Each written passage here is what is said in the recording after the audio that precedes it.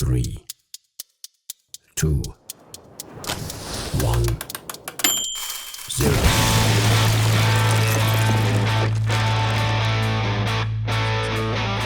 Here we go. What up? Welcome to Dynamite Rocketship. I'm your host, Toby McMullen. Please subscribe on the YouTube, subscribe on all the audio platforms. We're on all of them. Drop a like, tell a friend, leave a comment, all that stuff. My guest today is a fantastic stand-up comedian. He tours all around the country. He works his little butt off here in the great city of New York. I've known him for years. Started in Chicago. Friend of the show. Returning guest. Welcome back to the program, Mr. Tyler Horvath. Hello, good to see you. You too. It's been a while, man. Yeah, it's really good to see you. Hell yeah, the monotone king.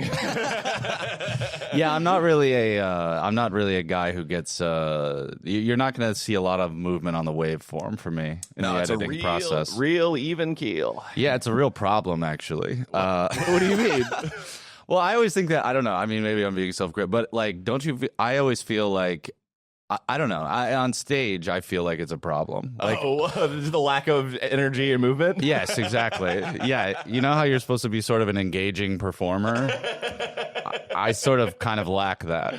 So I have to make up for it by being, I don't know, maybe I try to be interesting, but I don't think, you know, it's a high bar when your voice will not go up or down. It's true. I feel like when you don't move at all. I literally stand in one place. A lot of moms walk out of your gigs going, "What a sweet boy." Oh yeah, dude. Oh my God. I am that is everyone I've ever dated. Yeah. A big moment has been when I meet the mom. I bet you crush that. I'm amazing. I'm just the manners.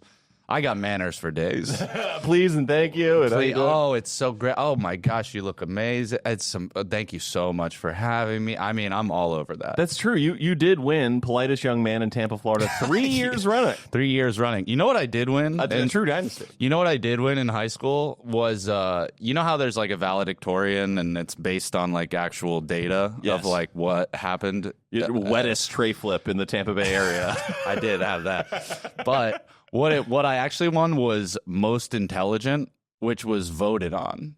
So it's not true. I just appeared that way. That's, dude, you are the king of appearance is everything. You always look put together. You got a nice, biz cash wardrobe. Maniac. And then you get to know you and you go, this guy.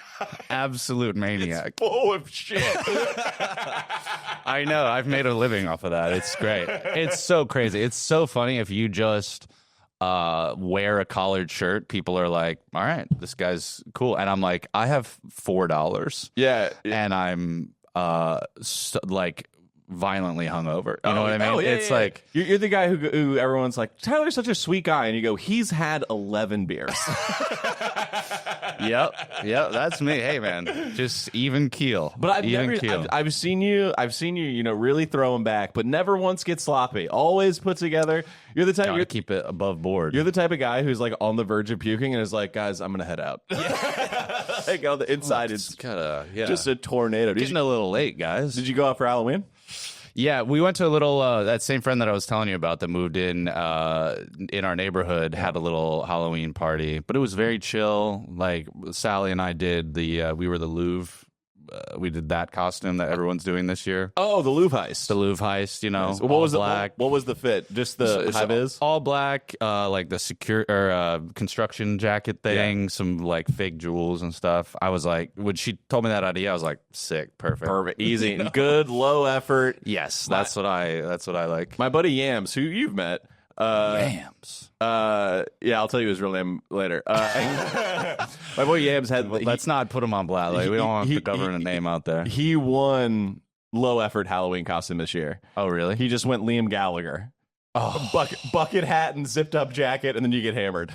Damn, man! I wish kind of strut a little. I wish I had thought of that. That's perfect. I am so fucking into Oasis right now too. Really? Yeah, man. I went to London and saw them. Whoa. At Wembley. It was the greatest night of my life. Did you?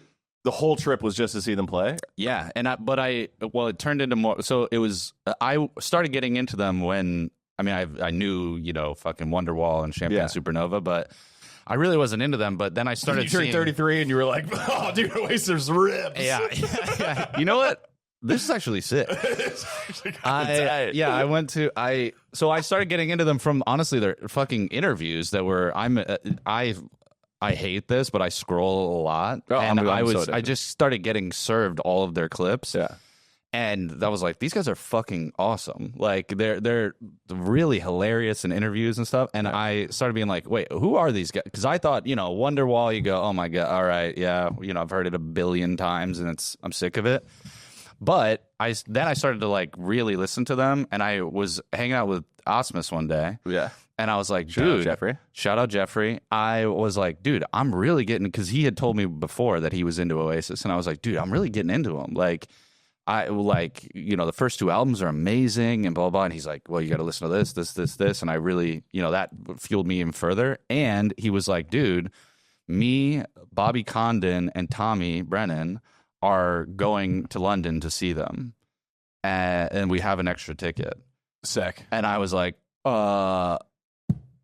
whatever I have to do, I will make that happen, that I can take that ticket. For sure. Yeah, and you pulled out 4 credit cards and said, buddy, I'm going. Dude, I am still recovering financially from it. It was like 2 weeks out, because Mike Rice was supposed to go. Okay. Shout out Mike Rice. One of the greatest guy of all time. And a hilarious comic over in Ireland. He's living in London these days.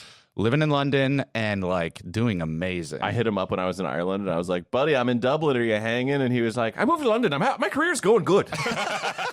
Dude, he's fucking Ireland. He's doing amazing. He's doing great. If anyone so we ended up doing shows and stuff when we were there. Oh, sick. And anyone that you mention his name to is like, that's the fucking guy. That's the guy. It's awesome. I couldn't be happier for him. But Mike Rice was supposed to go, but then he was on. It was the beginning of Edinburgh.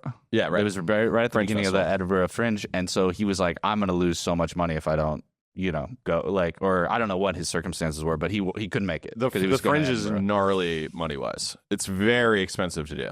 Is it crazy expensive? I think it seems like the rest of comedy, which is like the people who do really, really well, and everybody else is like trying to get by. There's like 9 guys who leave that city after the month-long festival with just like bags of cash with money signs on them. Yeah. And then everyone else goes and lives on the street. Yes, exactly. And that's fine. It seems like totally accepted. Yeah. You have to wear stilts or something. You have to have a thing where you're allowed to. Yeah, you got to be like, I like the auxiliary shows. So the Fringe Festival, if you're not familiar, it's a month-long comedy festival in Edinburgh, Scotland, where anywhere you can point chairs in one direction, there is a show happening. Yeah. So it's every bar, every theater, every back alley. People do shows where they'll like do it in a car, and it'll be like one, or like the back of a moving van, and it'll be like one audience member at a time. Did you see Spillon's clips from that? He was doing like a 6-person show. He had another show, but he was doing like a 6-person show in like a trailer. Yes. That must have been like other people loaded out to go in to do their show, and then he was like, all right, put 6 chairs in here. Yeah, it's sick. It's super DIY. I mean, I fuck with it heavy, but it's just very expensive to do. Yeah, I am into it. Everyone that's done it has been like, it was a great experience. I learned a lot. I worked on my act, blah, blah, blah. But there are nights that are like a nightmare. I had one, I don't want to put him on blast, but I had a homie go over there who came back, and they were like, I was like, how was it? And they were like, it was fucked. It was so fucked. Mike Rice was the show after them. And they were like, Mike was doing great. Sold it every time. I was doing a show for 4 people every day. Yeah, dude, that's tough. I mean, but the great thing about that is I think a lot of like names that we know now went through that. Oh, yeah. Like, I mean, I saw a clip of John Oliver talking about how he did a show for 4 people and they all walked out by the end. Yep. Like, and then he was just in an empty room, and the producer was like, "Do you want to keep going?" And he's like, "No, dude. There's literally no one here. It's just us."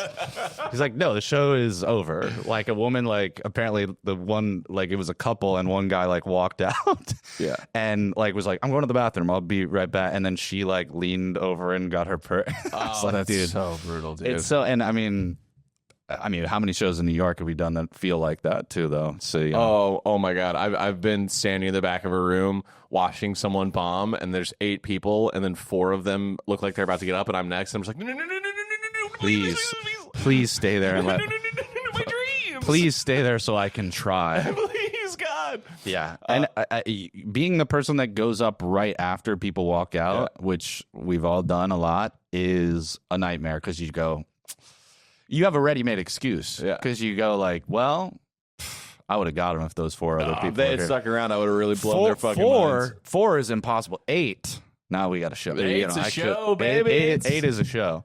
3. Dude, I've had some of that on the road now, like, and I got to get back to telling you about Oasis, but I've had some shows like that, like starting to headline, and not really, having, trying to sell tickets and putting effort out, but like the Thursday show or the Sunday show is gonna be light, you know what I mean? Yep. And doing an hour for 12 people or less feels indulgent. It's tough.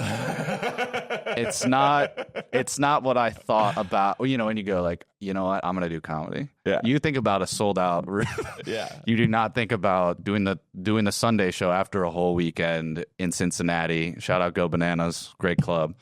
But man, I do not have that much pull to fill a Sunday night show. And you got doing it for 9 people is tough. On a belly full of 4 days running of fried comedy club food. Oh, just yeah. Chicken bites. Ooh, not even the full tender, just the bites, bro. You just get a bite.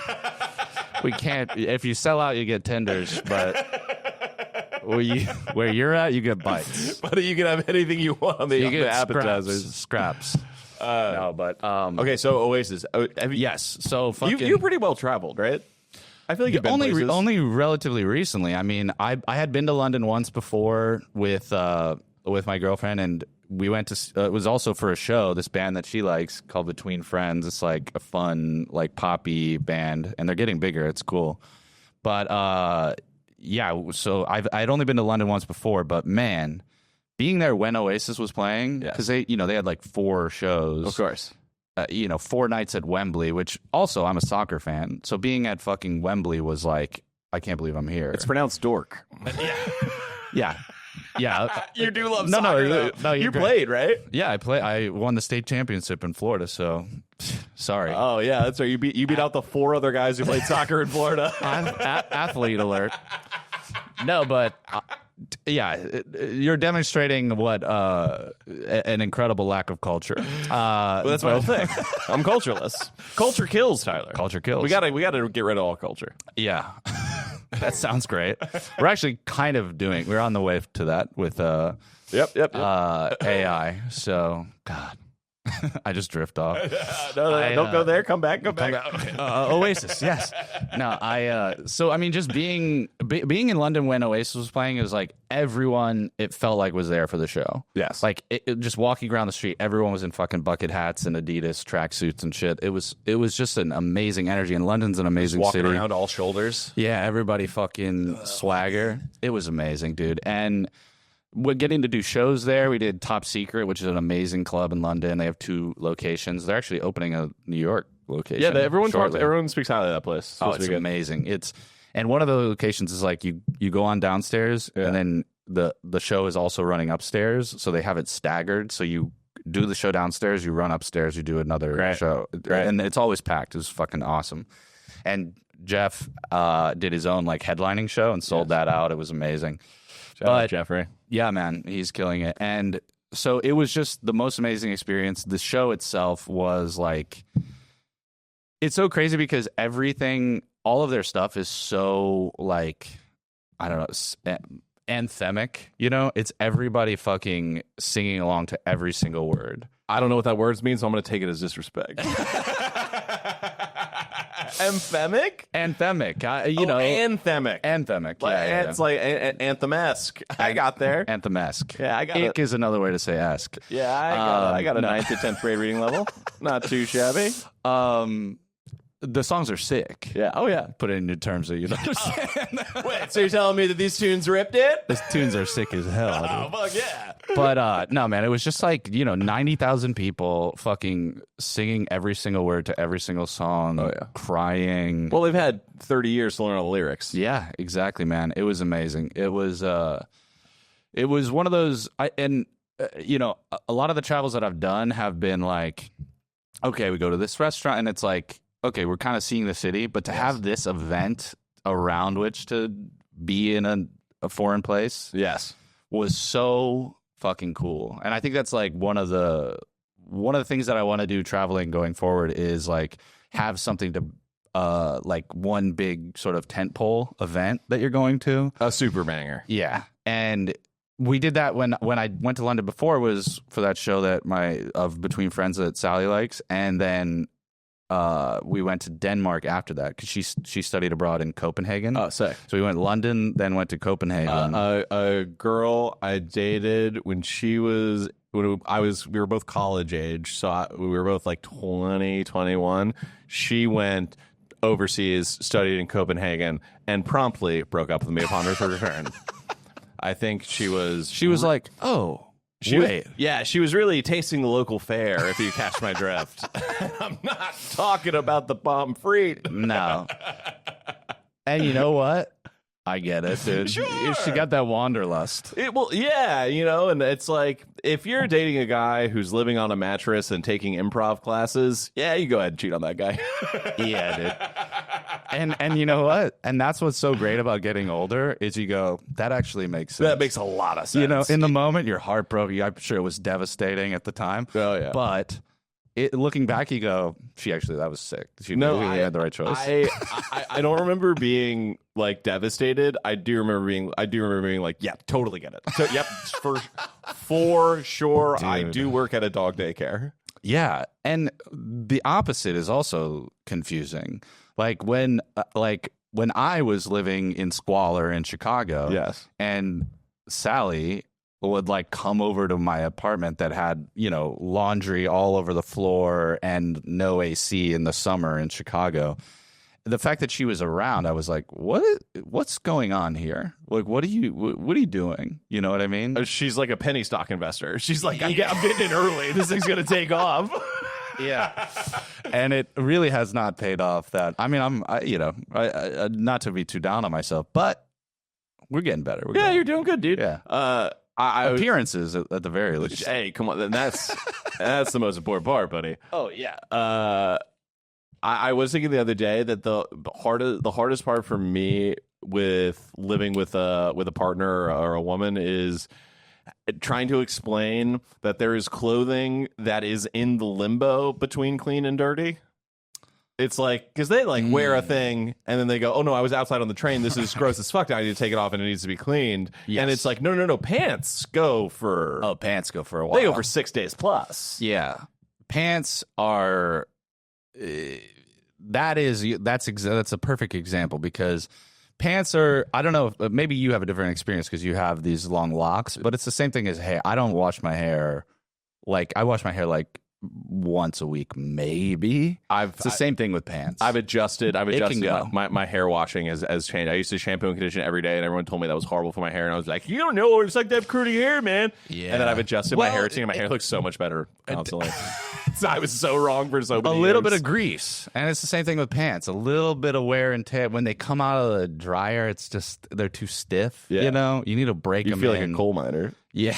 You got some starchy 1940s pants. Yeah, you're like, I need to join a union. Yeah, dude. Yeah. But you were right to have suspicion about these people who tell you to not wash your hair, like never wash it. Because it's the same people who are like, hey, actually showering every day is bad for your skin or whatever. And you're like, you stink. Yeah. You know what I mean? You know what's like, you smell bad. You know what's worse than my skin being a little dry is the looks of people on the F train going, what the fuck is wrong with dude? I am an all-time stinky dude. I stink. Yeah. So I shower 2-3 times a day. Really? Wow.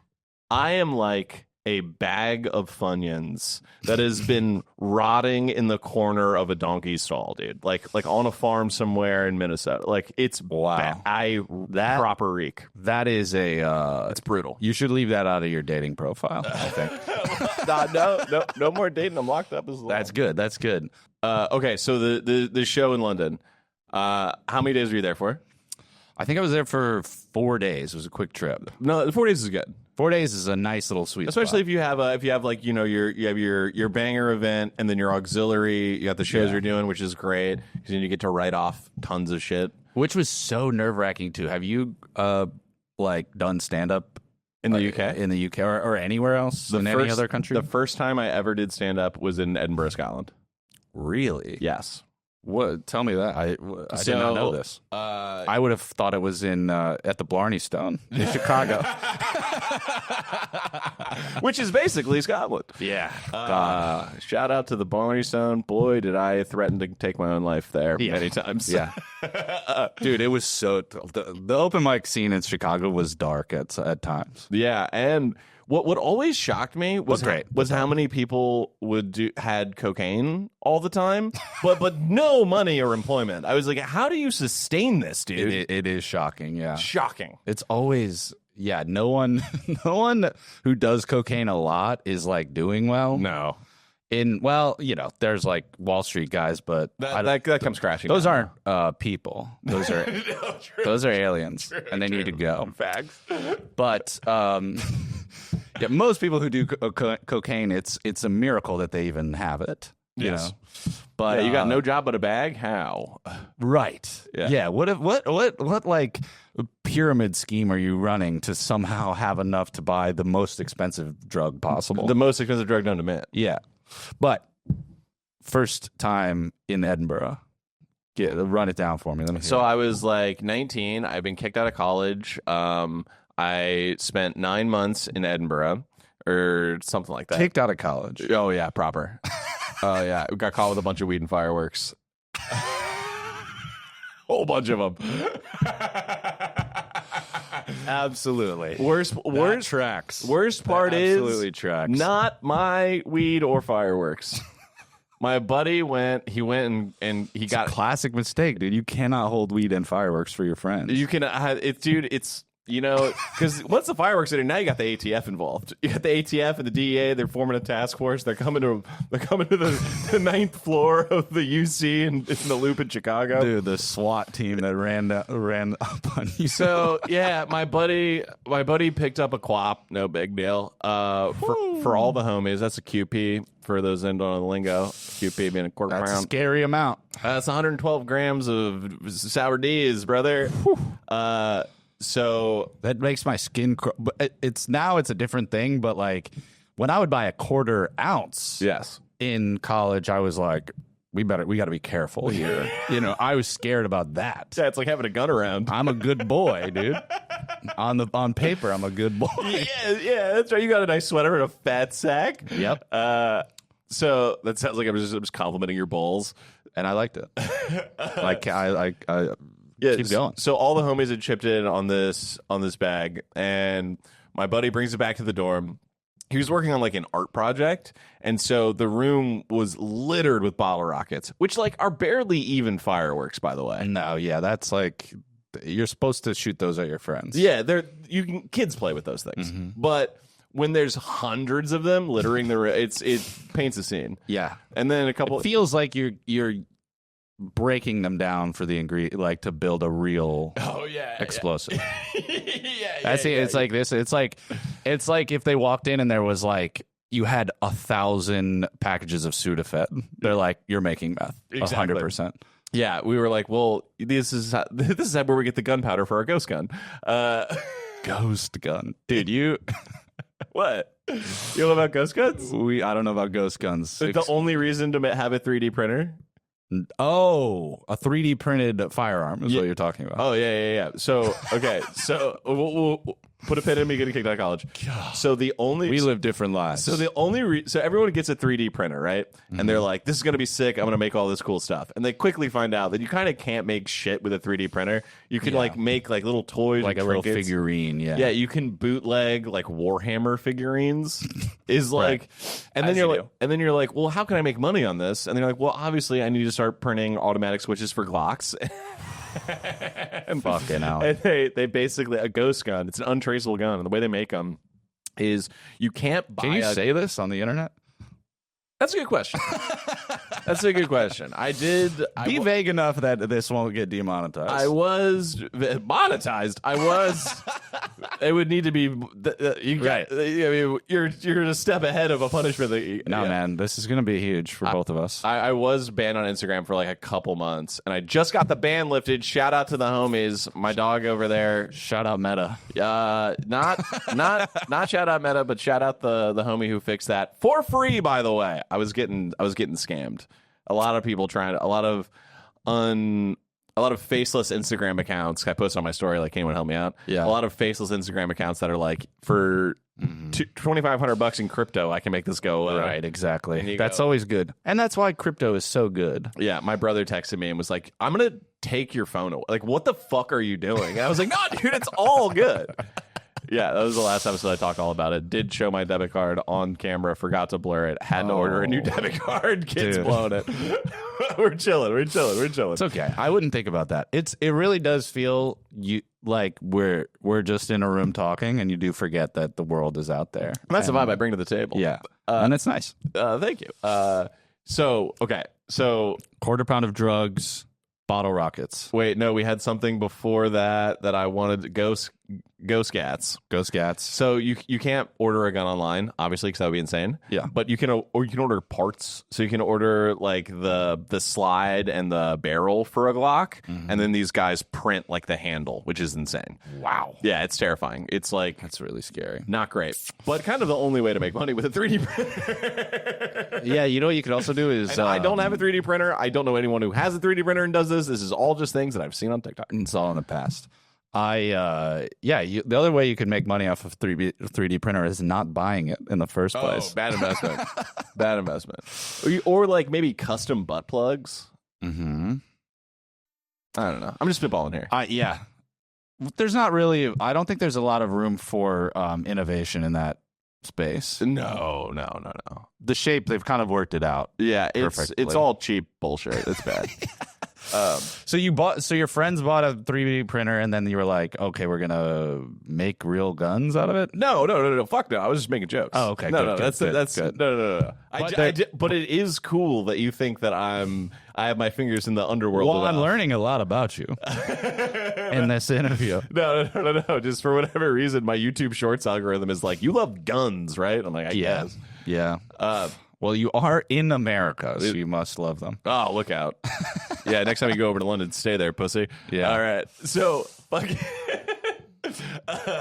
So in the dorm, we have all these fireworks littered about the room, and we had this big old sack of ganj, and we were like, well, we got to go break it up to all the homies, but then we're like, but these nugs are so tasty, it would be Got to sample the goods. it would be insane not to get a taste. So then we got the spoof going, and we're by the fan by the window, and we're roasting this bone, and knock on the door. It's the security or whatever. They're like, hi, you just set off a nuclear bomb of weed. Yeah. Like the entire floor stinks. What the fuck are you doing? So this is like student housing? Yeah. Yeah. Did you ever go to the UC in Chicago? Probably I not. don't think so, no. Good man. It's like the Death Star, dude. It's in the Loop. It's on like fuck. I'm trying to remember. It's like South Loop kind of. It's not too far. There's from Gino's East where they had the comedy club upstairs, the comedy bar, worst comedy club in America. Yep. Let's Let's leave all the lights on.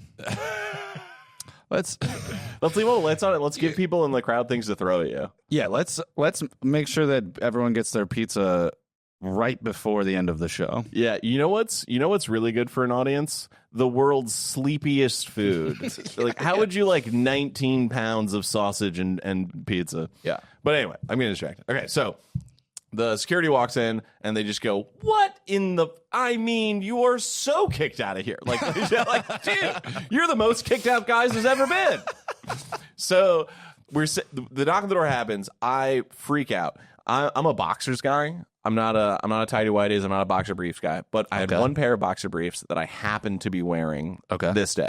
So we hear the knock on the door. I'm holding the bowl and I just stuff it into my boxer briefs, right? Because I'm like, if they're gonna pat me down, they're not gonna touch my dick or whatever, right? So and no college security is patting you down, dude. No, I was so dumb. They don't have that training.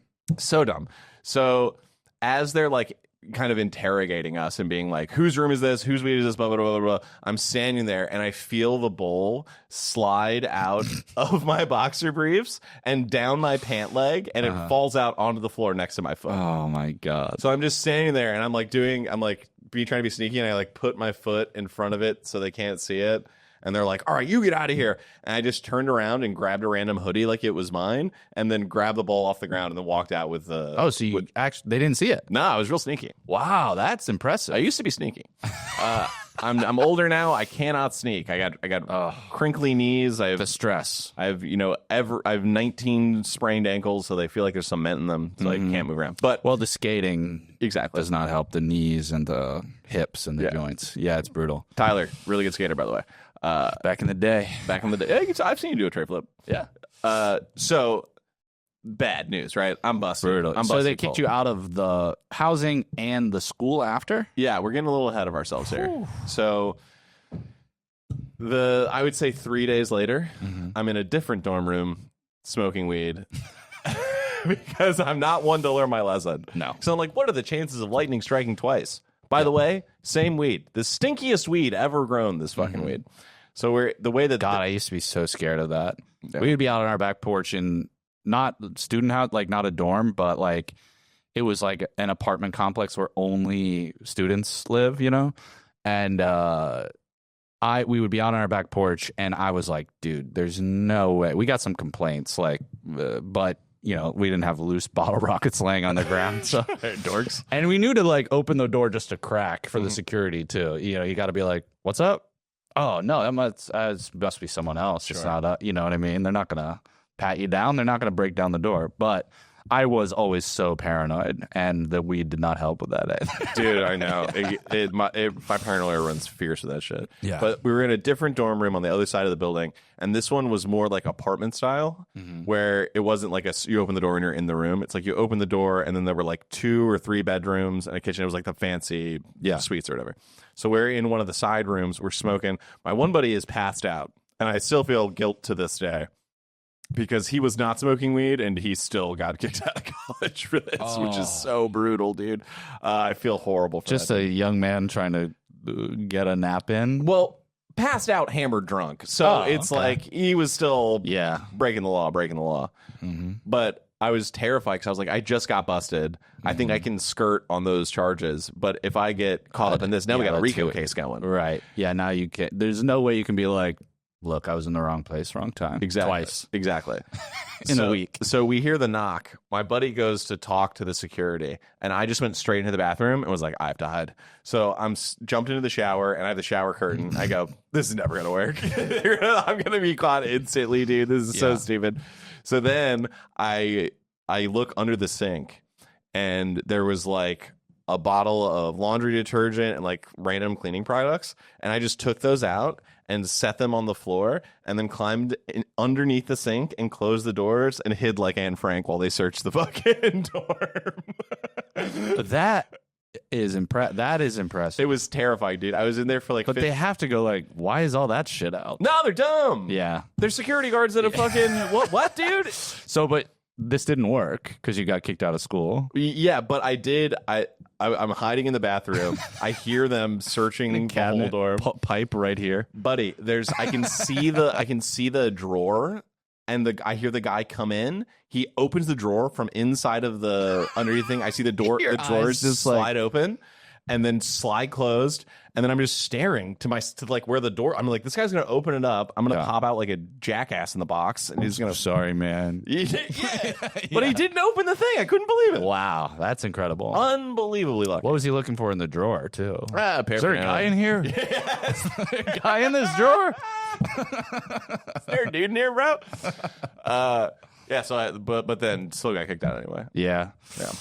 Man, that's tough. That was I had different shenanigans in college, but I never got that close. So they just fully were like, "You're done with school." Pretty much. I also didn't get great grades because I gone to like hippie high school. And they like handed me the syllabus for the class, and I literally went, "What the fuck's the syllabus?" And I threw it in the trash. It was like, certainly they'll explain to me what I need to do. The syllabus was everything to me because it was the percentage breakdown. I just went, okay, if 15% of the grade was homework, I just never did the homework. Oh, sick. Never 0% of the time. I was like a very good test taker, and so I would like pay attention kind of in class and like do the reading the night before and be able to like do pretty good on the test and get like a B plus, and then I'd get like a low, like a B minus in the class. The syllabus was my roadmap of like, how can I fuck off in this class? You know what I mean? Like, it was your laziness timeline. It was exactly, and it was so funny that they thought they were like providing me a roadmap to success. And I was using it as a roadmap to mediocrity. You know what I mean? I was a guy who I did very well in classes that interested me. Yes. Anything that I was actually interested in, I was like on it. But anything that even remotely was like, this seems dumb and like bullshit work, I couldn't do it. Because you're not a drone, man. I just couldn't fucking do it. Free thinker over here, dude. I still can't. I mean, I probably have like free thinker ADHD or something because I cannot like fill out a form. Oh, I have ADHD bad. Dude. It's really bad. Every comedian. Yeah, pretty much. Every single comedian. Yeah, so then I got kicked out of school or whatever, and then I wound up in Edinburgh for 9 months. And 9 months. The first night there, I just... Seems like a great city. I haven't been. It's awesome. Yeah. It's fucking awesome. But I went up there. I Googled Comedy Club Edinburgh. There's a spot there called The Stand. No affiliation to the New York Stand. Mm-hmm. But they're a great franchise of comedy clubs at this point. They have one in Newcastle, one in Glasgow, and one in the original one in Edinburgh. Mm-hmm. And I just started going there every night. I got friendly with the staff. They stopped charging me to get in, whatever. I met this dude named Jerry. Who's the man. He's a guy from Rhode Island, and he moved to Edinburgh, and he was like a theater tech. So he built sets and worked on all these big theater productions there. And then the comedy club was like his bar, where he knew everybody. He was like the norm of the Stand, right? He walks in, everybody goes, Jerry! Yeah. He doesn't say a word. They give him the beer he likes. He's that dude. That rules. He's smoking cigs in the back of all the comics. And I was just shooting the shit with him, and I was like... That's my kind of guy. Dude. Yeah. I love that. I just lied. I was like, I had taken improv classes at Second City and UCB and shit, and I was just like, yeah, I do comedy. Mm-hmm. And he was like, oh, you want to meet the comics? And I was like, definitely. And just this blind confidence I had at the time, and just went. How old are you at this time? Like 21, 22? 19. Oh wow, yeah, 19 real blind confidence. Yeah, at yeah, that age, fully. Dude. Wow, you started at 19. Yeah. Wow. I think God, I'm so jealous, dude. I wish I started earlier. Well, everybody always does. That hasn't helped me much.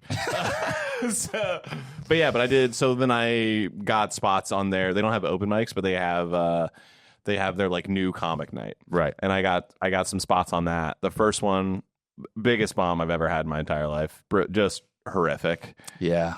Oh god. Just getting stoned in the back, just trying to I had 35 seconds of a joke and was like, I'll just riff. Classic mistake. Brutal. I did the same thing. The same thing. But then that made me be like, no, I need to like have a real set. And then did that. I don't know if you felt the same way, but the first time I felt like, oh, you can like do this is when I realized like once you have a bit that you have written and it works, now you like have it. Yeah. You have like a weapon up there. Yeah. Because it really does feel like you need to defend yourself. Yeah. Especially early on. You're just up there and you're like, you know, you're seeing people. I don't know if you felt the same way, but did you have the experience where you must have loved comedy, like you all you've ever seen is The best of the best. best of the best professionals, and then you go to an open mic and you go, oh, Oh, I got this. you're allowed to be terrible Yeah. at this, and that for me made me like, oh, at least I can try this, and you can bomb, and Hollywood isn't gonna go fuck this, you know what I mean? Like nobody. It's like you've only ever seen Usain Bolt run, and then you show up to a track meet and you go, "Oh, this is the Special Olympics." Oh yeah, I'm sick. That guy doesn't have a hand. That lady lives in a van. Oh yeah, dude. It's just the literal crazy people. Yes. London. Yeah. Where'd you stay? So the first 2 nights, Jeff and I stayed in a hostel, but it was like a nice hostel. Was it like a party hostel? No, it was Because there's the hostel spectrum is very wide. yeah. It can be. I was skeptical. It can be awesome. Yeah. And it can be like, oh, these guys are going to steal my body parts. I'm going to wake up in a bathtub full of ice, And that's what no I was liver. And that's what I was worried about. But this place was like very like what I looked into it before we went, and I was like, okay, this place seems reasonable. Yeah. Like a lot of European travelers were staying there and giving good reviews and stuff, and I was like, all right, I've actually never stayed in a hostel. So back to what you were asking of like whether I'm well traveled, not really. Like I've traveled a lot in the last 5 years. Yeah. But I never did like study abroad. I never traveled when I was young. Like I'm jealous of that too, because you got to like experience another culture and be in a new place. It's so mind blowing, and it sounds like trite or something, but like when I did go to another country for the first time, I was like, I don't know, 28. I went to Italy with my parents, and they were like renewing their vows. Yeah. And I was like, oh, I've been really, really fucking missing out. You know what I mean? And I don't know where I'm going with this. I lost my train of thought. Yeah, you're 28. You're over in Italy. You're going. I've never tasted pasta so sweet, and you can just grab butts out here. It's crazy. They're touchy people. They are. Andrew Cuomo. Yeah, so being in London, being in that hostel was really, really fun. And it was like pretty nice, and nobody was like crazy. I mean, we were like out late, but we could come home and be very respectful of the other people in the room, and everybody else was the same. So we stayed there for a couple nights, and then 2 nights in a hotel. It was just to like save money on the whole trip, because I was going with like 3 weeks notice. And I also had to get my passport was fucking expired. Oh, brutal. When I told them, like, yeah, I'm coming, I wanted to buy the flight, or I did buy the flight, because I had to buy the flight to then prove to the passport office that I needed the passport within like a day.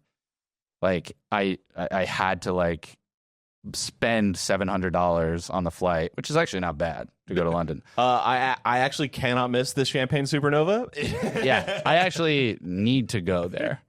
It's really important to my life. I was trying to pull out any other Oasis song besides Wonderwall. Wonderwall, yeah, dude. Oh, God, it was so magical. It was incredible. Was it? Well, how were the seats? We were general admission on the floor. No shit. Yeah. So it was just like everyone jumping. Oh, that's like what you going. want. That's it was my amazing. beef with like an arena concert. It's tough. It's like unless you can get on the floor, it's a very different experience. Yeah, it really is. And Sally and I went when they were in New York. Yeah. After this whole London experience, they came to New York, and we're at fucking MetLife, which is a nightmare to get to. But we were in seats for that, and it was great, but not nearly It's the not the same same thing. It's not the same. I mean, people were like, especially in England, it's a fucking different thing over there. They love that band. Like, it's like a national identity. Oh, without question, they defined a generation. All those Gen X bros are like, I'm gonna drink Carlsberg in the street and fucking take no shit from nobody, and Bush can suck my dick. Not Bush the band, not who they famously had a beef with. Blur. Blur. Yeah. Which I don't know anything from Blur. I'm like ignorant, but yeah, it was really like, and doing stand up over there. Oh, that was what we were getting at too.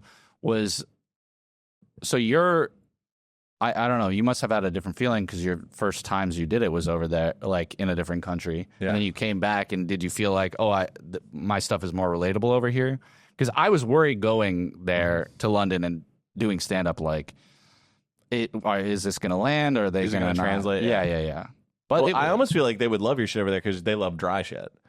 Yeah. And they like monotone. They appreciate a sharp wit. Whereas I'm in a well-written bit, whereas I'm a lot of dance moves. You know what I mean? I have a lot of personality. Right. Really make it up for some lackluster writing.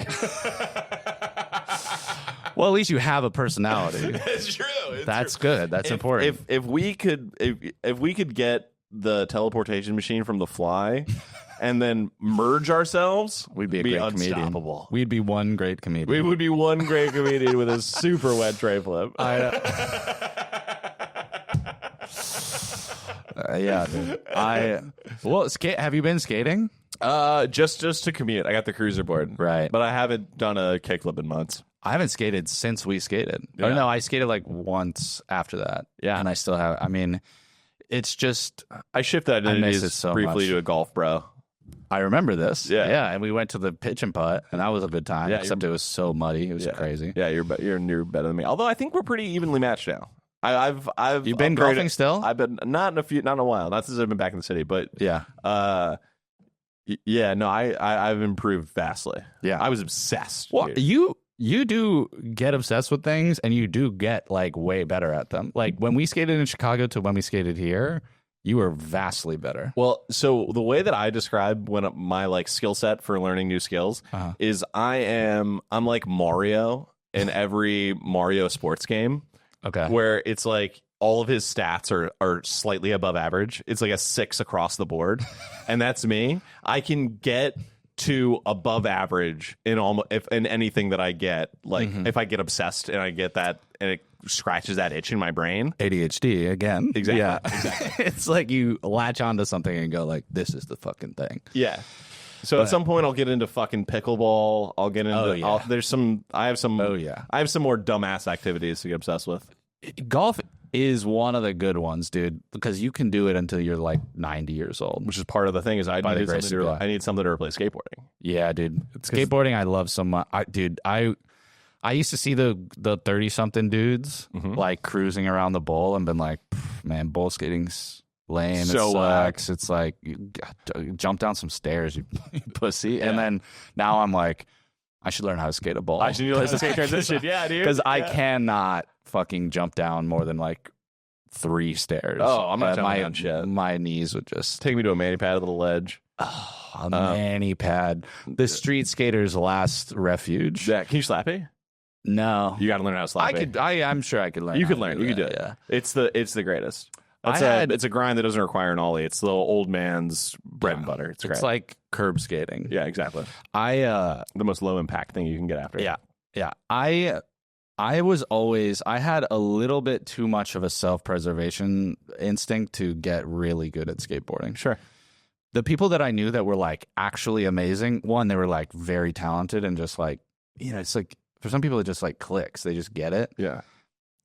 But they were also willing to just like huck themselves down stuff. Every skateboarder, fuck. Every skateboarder I've ever known that was super good, their dad smoked cigs inside. Yeah, you know what I mean? Dude. If you're gonna be really be hucking, the home life is not there. No, that's so funny. You have to have just a true abandonment for your life and limb. You just have to be like, fine, if I break my leg, it's gonna be what? Is that gonna be worse than my dad not listening to me? Oh yeah, or, like you do have to have that. I think I did have too good of a home life to be really good at skateboarding. I've never thought about it that way. That's no. If your parents aren't doing scratch offs, dude, you cannot back 3 at 12. It's not gonna happen. No, dude. No, dude. I think that is changing a little bit. Do you have a dog more... chained up in your yard? Buddy, send the tape to Etnies. You're getting shoes. Yeah. Do you have like a John boat upside down in your yard? If not, you're not gonna learn how to backsmith. Yeah. You can't do it. Are you smoking bongs with your uncle? Dude, hit up Toy Machine. They got a box for you, Sponsor dude. me tape immediately. Just show them your house. Show them the orange carpet in your house, Yeah, and they will send you. They'll put you on flow. If you have a staircase in your house, you ain't gonna make it. It does have to be one level, dude. Something about a ranch house makes you ambitious. It makes you go, I need to do enough in my life that I have multiple levels to my home. Oh yeah, And it's not going to happen. no, no. Dude, I miss skateboarding so much. And we've talked about this before, but the stuff that skateboarding does teach you about like how to fall, Resilience and failure leads to success. I really, and you know, it's weird that fucking Seinfeld said something about skateboarders, but it was true what he said about like when you see a skater, like a skater kid who's like falling, and keeps trying it, that skill is fucking valuable. That's the blueprint for my entire existence. Yeah. Is just blind failure. Yeah, And fail with real consequences. Yeah. Like it's gonna actually hurt. Oh. You know, you're gonna fall, and it's gonna really fucking suck. Yep. Dude, I don't think if I didn't have that experience as a kid, I don't think I would have made it through the beginning of stand up. No, it's very similar. Yeah, it really is. The parallels there are incredibly apparent. Yeah. Of just fail, slight success. Ooh. Oh. And same with golf, man. That roll away. It scratches Yeah. that same itch. It does. A lot of effort and then unexpected reward, like timing. Yes. You never know when you're gonna. It's a surprise. Yes. Same thing with golf. It's like when you actually do fucking hit it crisp and you hear that sound and you feel it go, the club move through the ball that certain way. Same feeling of like rolling away from something that you've been trying for 3 hours, and you're like, oh, it's like I can't believe, you know, it's like it's the greatest thing. But yeah, man, it really is the same as stand up at the beginning, dude. One of the first times I did stand up, it was an open mic at the Improv in Tampa, which is in Ybor City, which is now a Funny Bone, I think. But at the time it was an Improv, and they have like one amazing room. It's like a theater. They have a balcony and everything. It's like cool. But which is unlike everything else in Ybor City, where it's just tramp stamps and dudes with tits and chest tattoos. You're describing a great place. Yeah. It's fantastic. Roosters walking around. It's very much your kind of place. Oh yeah. We both kind of go like it's a good vibe, man. I love some griminess. Oh, it's very grimy. It's very grimy, and it's awesome. But so they have like the regular room where the headliners come through and whatever, but they had the bar in the front, and you walked in, and you know, it's like a long bars up the left side. There's a few tables going back, and then the stage is to your right when you walk in, and it's tall, like really, you know, a tall stage I hate. Yes. But it was super, super tall, like 4 or 5 steps up from where the audience was sitting down. And it was always at the open mic, it was like, you know, 5 drunk couples on a Wednesday night in Ybor City just going like, all right, this is a bar, and then an open mic starts. I've actually been banned on every bar from this block, so this is the last place that'll serve him that'll serve him my Rumplemints. Yes. Oh God, Rumplemints. That just brought back a lot of bad memories.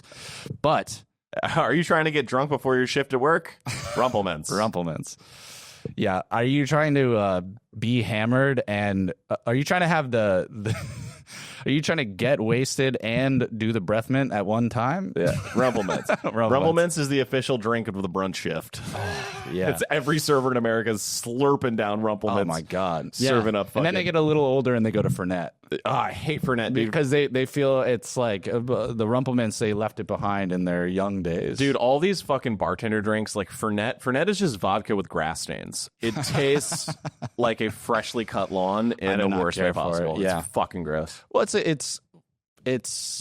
a badge of honor that they're like, no, this is actually good. Yeah, no, it's actually good. It's like, no, you just have no personality and you're having your drink be your personality. You suck. Fuck you. You have the hardest opinions of all time, and I love it. Oh, but I don't believe any of them. And no, you so would back down. I mean, if I was like, well, I actually love Fernet, you'd be like, it's It's Oh, not for that. For that, I would have sucked to my guns.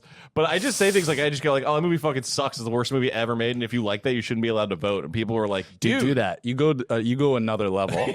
You go. Here's my opinion. This is what I think. And if you think differently, you're an idiot. You should be chemically sterilized. Yeah. It's off-putting. You know what, buddy? It makes you feel bad if you have the opposite opinion of you. As a friend, I just want to tell you this. You know, buddy, I've heard that. And I keep trying to course correct, and then I just never do. No, it's endearing. But okay, You like Muppet Treasure Island? We should kill your whole family. No, that's not true. Muppet Treasure Island is a joy. It's a treat. Walking it back immediately.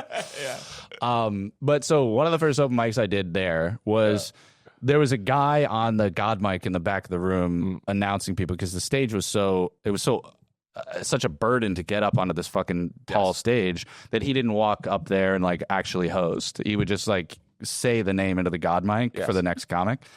And I walk up there, and I'm doing that new comic thing where you don't know how to hold the mic up to your mouth. Exactly. Like, I was missing my mouth all the time, like moving it around. I'm nervous, you know? And I'm kind of like talking like around the mic like this and bombing. Yes. Clearly. And the guy on the God mic, he had the mic, but he didn't say this into the mic. He yelled it off mic. He goes, "Talking to the fucking mic." Yelled it from the back of the room. And so now the mic always is fucking glued to my mouth. Glued to your face. He taught me a good lesson. He fixed you. He did.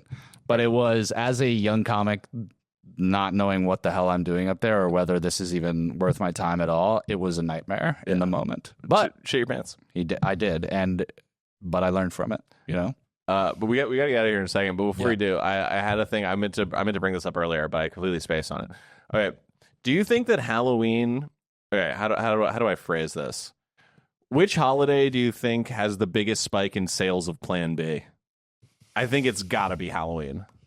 Sales of Plan B, yeah, because that's got to be in certain communities. It's probably July 4th. You think July 4th? I don't think July 4th even tips the scale. Well, for Republicans, for rural, maybe. Yeah, that's what I'm saying. It's in rural America, I think getting fucking horned up about America, I think that happens. You think you're just getting wetted up for the SARS strike? Yeah. Just going like, and I'm proud to be. Let's fuck. Okay. You know what I mean? I think that the number one most, but I do think you're right. Most Halloween. Fucked on holidays. It's got to be. I think that it's got to be Halloween. Yeah. Then Valentine's Day. But that to me feels planned. I feel like a lot of babies are made intentionally, and I think the sleeper is Thanksgiving. I'd say it's probably the day before Thanksgiving. Exactly. Yeah. But it is Thanksgiving that the Plan B is being bought. Oh yeah. Because you're back home, you're going, wow, glow up. You know what I mean? I haven't seen you in a while. I haven't seen you in a while. Wow. Yeah. Stacey O'Keefe, my God, you kept it together. Oh, my God, you're a lawyer. That's interesting. Exactly. You know what I mean? Yeah. But Halloween definitely is up there. Valentine's Day, what you're getting there is a lot of like real long-term couples. That's what I'm saying. And that's muddying your sample size. I agree. Of people who are just like, they don't fuck anymore. And it's not it's not the holiday with the most banging. It's the holiday with the most whoops. Oh, no. Yeah. Oh, I fucking knocked up Catwoman. Right. That's what it is. Yeah. She can't have